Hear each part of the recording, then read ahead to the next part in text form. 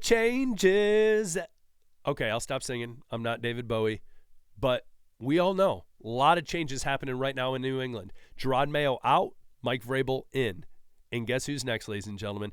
The writing is on the wall for Eliot Wolf. I promise he's going to be gone.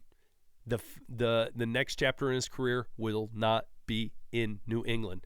Let's talk about it. My name is Aaron, and you guys know on the daily I am talking Patriots football. So do me a favor before we get started, hit the subscribe button, hit the like button, and comment below. First and foremost, what are your overall thoughts on Eliot Wolf? You like him? You dislike him? You're partial? I want to hear below. Comment below. Now, you're probably saying, Aaron, how the heck do you know he's going to be out? Well, Mike Vrabel just brought in Ryan Cowen. He was an executive with the Giants. The Giants basically released him from his contract with the New York Football Giants. He was with Mike Vrabel in Tennessee. He started in Tennessee, I believe, in 2016. Worked his way up as a scouting recruiter, all these different things, and he is an executive for the New York Football Giants. Take that as it is with that roster and what they've done. But anyways, Mike Vrabel likes him enough to say, hey, I want him to be one of my first hires. I want to bring him in because I think he can help make some big changes in New England. Now you're saying, how does this have to relate to Eliot Wolf? Well, let me say this. Eliot Wolf still obviously has his position. Yes, that is true. But Cowen, the thing with him is he has been working his way up the ladder for years.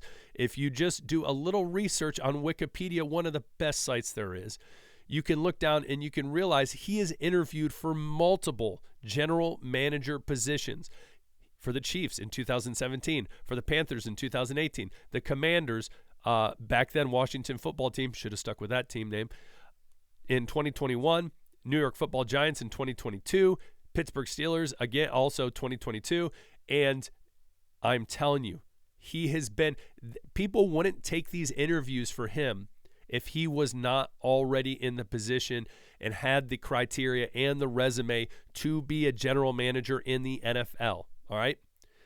He's an executive advisor to the general manager for the New York Football Giants.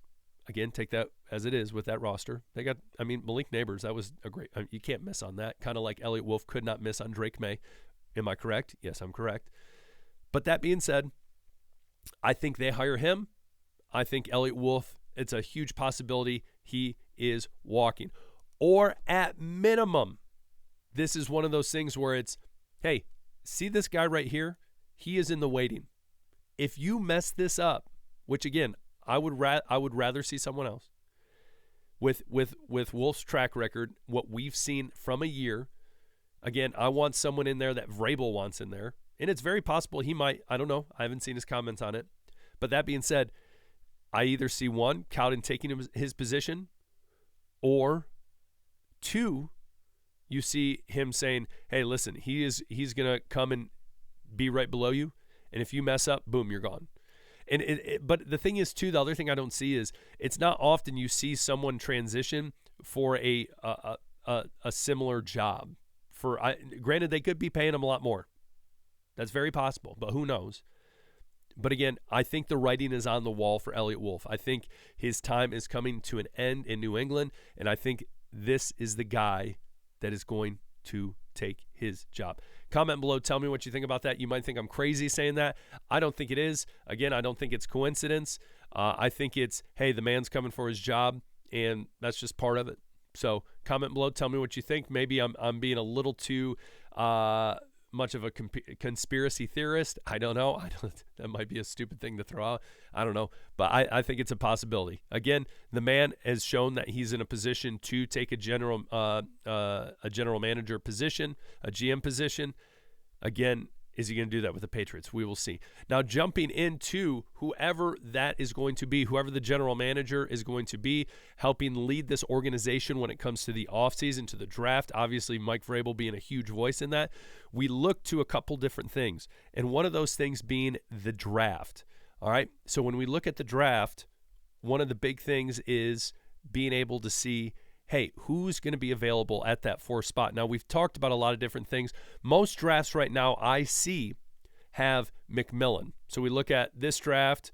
We look at this draft as well as I was looking at CBS Sports earlier. They actually had Will Campbell that was out of LSU, the offensive tackle. But again, I think right now, the position we're in, take the best available.